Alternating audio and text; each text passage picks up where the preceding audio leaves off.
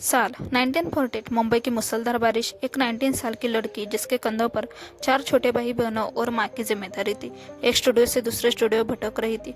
उस दिन उसके पास खाने के पैसे नहीं थे। तभी एक बड़े फिल्म मेकर ने उससे कहा, लड़की तुम्हारी आवाज़ बहुत पतली है, ये फिल्मों में नहीं चलेगी, घर जाओ। उस समय किसी को नहीं पता था कि जिस आवाज़ को पतली कहकर ठुकराया जा रहा था, वही आवाज़ एक दिन पूरी दुनिया पर राज करेगी। लेकिन इस कामयाबी के पीछे छुपा था एक ऐसा काला सच जिसने लता जी की रातों की नींद उड़ा दी थी। इंदौर के एक मध्यम वर्गीय परिवार में जन्मी हेमा, जिनका नाम बाद में लता पड़ा, अपने पिता पंडित दीनानाथ मंगेशकर की लाडली थी। लेकिन नियति को कुछ और ही मंजूर था। जब लता जी सिर्फ 13 साल की थी, तब उनके पिता का साया सर से उठ गया। घर में दाने दाने की किल्लत हो गई। क्या आप जानते हैं, पिता की चिता की आग ठंडी भी नहीं हुई थी कि इस छोटी सी बच्ची को सफ़ेद साड़ी पहनकर कैमरे के सामने खड़ा होना पड़ा ताकि घर में चूल्हा जल सके। उन्हें एक्टिंग से नफरत थी, पर मजबूरी ने उन्हें कलाकार बना दिया। दोस्तों, लता दीदी की जिंदगी में एक ऐसा दुश्मन भी था जिसने उन्हें खत्म करने की कोशिश की थी। उसके बारे में जानने से पहले अगर आप भी लता जी की आवाज़ के फैन हैं तो इस वीडियो को एक लाइक ज़रूर करें और ऐसी ही अनसुनी कहानियों के लिए चैनल को सब्सक्राइब करना न भूलें। अब कहानी में आता है वो मोड़ जिससे पूरी इंडस्ट्री हिल गई थी। साल 1962, लता जी अपने कामयाबी के शिखर पर थी। अचानक एक सुबह उनके पेट में भयानक दर्द उठा। वो बिस्तर से हिल तक नहीं पा रही थी। डॉक्टर ने जांच की तो ऐसा खुलासा हुआ जिसने सबके होश उड़ा दिए। लता मंगेशकर जी को धीमा जहर, स्लो पॉइजन दिया जा रहा था। कौन था वो जो इस सुरीली आवाज़ को खामोश करना चाहता था? उनके घर का रसोइया बिना बताए गायब हो गया। 3 महीने तक लता जी ने एक सुर तक नहीं लगाया। डर ये था कि क्या वो कभी दोबारा गा पाएंगी। यह उनके जीवन का सबसे बड़ा सस्पेंस और डर था।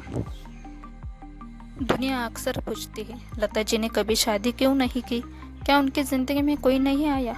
कहा जाता है कि डूंगरपुर के महाराज राजा सिंह और लता जी एक दूसरे को बेहद चाहते थे।